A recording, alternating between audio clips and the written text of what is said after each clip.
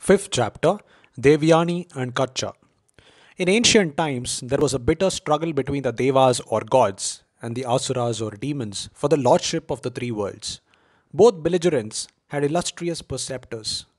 Brihaspati, who was preeminent in the knowledge of the Vedas, was the guiding spirit of the Devas, while the Asuras relied on Shukracharya's profound wisdom. The Asuras had formidable advantage that the Sukracharya alone possessed the secret of Sanjeevani, which could recall the dead to life. Thus, the Asuras had fallen in the battle were brought back to life time and again and continued their fight with the Devas. The Devas were thus at a great disadvantage in their long drawn out war with their natural foes. They went to the Kacha, the son of Brihaspati, and besought his aid. They begged him to win his way into the god graces of Shukracharya and persuade him to take him as a pupil. Once admitted to intimacy and confidence, he was to acquire, by fair means or foul, the secret of Sanjeevani and remove the great handicap under which the Devas suffered. Kacha acceded to their request and set out to meet Sukracharya, who lived in the capital city of Vrishaparva, the king of the Asuras. Kacha went to the house of Sukra and after due salutation addressed him thus: I am Kacha, the grandson of the sage Angiras and the son of Brihaspati. I am a brahmacharin seeking knowledge under your tutelage. It was the law that the wise teacher should not refuse a worthy people who sought knowledge of him. So Sukra acceded and said, Kacha, you belong to a good family. I accept you as my pupil, the more willingly that by doing so I shall also be showing my respect for Brihaspati. Kacha spent many years under the Shukracharya, rendering to perfection the prescribed duties in the household of his master. Sukracharya had a lovely daughter, Devyani, of whom he was extremely fond.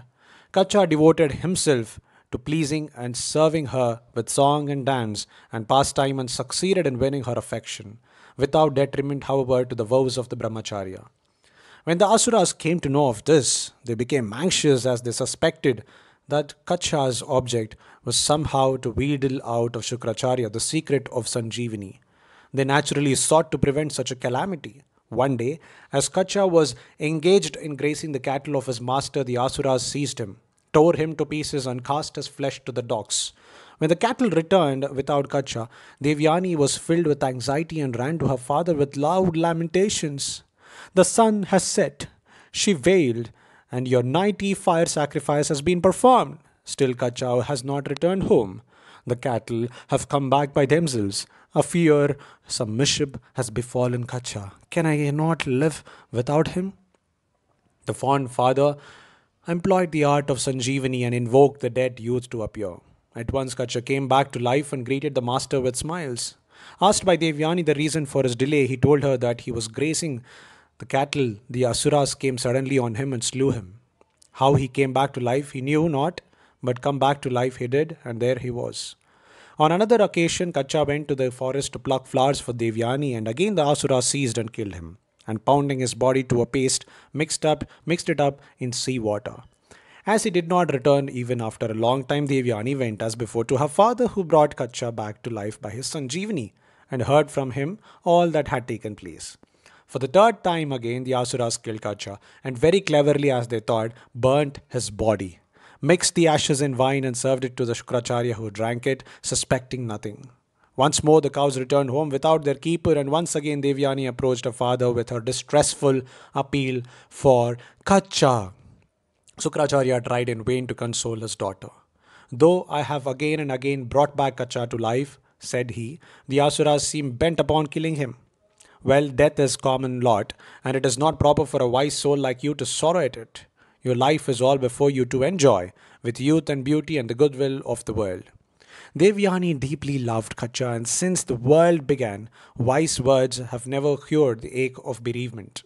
She said, Kacha, the grandson of Angiras and the son of Brihaspati, was a blameless boy, who was devoted and tireless in our service. I loved him dearly, and now that he has been killed, life to me has become bleak and insupportable. I shall therefore follow in his path. And Devyani began to fast. Sukracharya, heart stricken by his daughter's sorrow, became very angry with the Asuras and felt that the heinous sin of killing a Brahmana would weigh heavily on their fortunes. He employed the Sanjeevani art and called upon Kacha to appear. By the power of the Sanjeevani, Kacha, dispersed as he was in the wine which was inside Sukracharya's body at the time, regained life, but prevented by the peculiarity of his location from coming out, he could only answer to his name from where he was. Sukracharya exclaimed in angry amazement, "O Brahmacharin, how did you get into me? Is this also the work of the Asuras?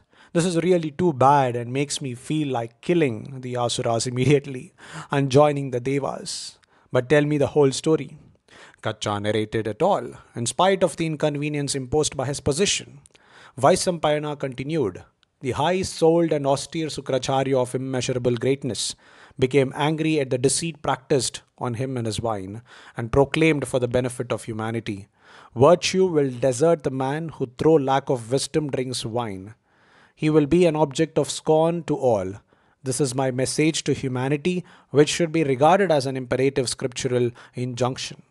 Then he turned to his daughter Devyani and said, "Dear daughter, here is a problem for you. For Kacha to live, he must rend my stomach and come out of it, and that means death to me. His life can only be brought by my death." Devyani began to weep and said, "Alas, it is death to me either way, for if either of you perish, I shall not survive." Sukracharya sought a way out of the difficulty. The real explanation of it all flashed on him. He said to Kacha, "O son of Brihaspati, I now see with what object you came, and verily you have secured it. I must bring you out to life for the sake of Devyani, but equally for her sake I must not die either. The only way is to initiate you in the art of Sanjeevani so that you can bring me back to life after I shall have died when I weigh a stone out through my entrails for you. You should employ the knowledge I am going to impart to you and revive me, so that Devyani need not grieve for either of us." Accordingly, Shukracharya imparted the art of Sanjeevani to Kacha. Immediately, Kacha came forth from Shukracharya's body, emerging like the full moon from a cloud, while the great preceptor fell down mangled and dead. But Kacha at once brought Shukracharya back to life by means of his newly acquired Sanjeevani. Kacha bowed down to Shukracharya and said, "The teacher who imparts wisdom to the ignorant is a father. Besides, as I have issued from your body, you are my mother too." Kacha remained for many more years under the tutelage of Shukracharya. When the period of his woe ended, he took leave of his master to return to the world of the gods. As he was about to depart, Devyani humbly addressed him thus, "O grandchild of Angiras, you have won my heart by your blameless life, your great attainments and nobility of birth. I have loved you long and tenderly, even while you were faithfully following your vows of a brahmacharin. You should now reciprocate my love and make me happy by marrying me. Brihaspati as well as yourself are fully worthy of being honored by me." In those days, it was no uncommon thing for wise and learned Brahmana ladies to speak out their mind with honorable frankness. But Kacha said, "O faultless one, you are my master's daughter and ever worthy of my respect. I got back my life by being born out of your father's body. Hence, I am your brother. It is not proper for you, my sister, to ask me to wed you." Devyani sought in vain to persuade him. "You are the son of Brihaspati," said she, "and not of my father. And if I have been the cause of your coming back to life, it was because I loved you as indeed I have always loved you as my husband. It is not fit that you should give up one like me, sinless and devoted to you."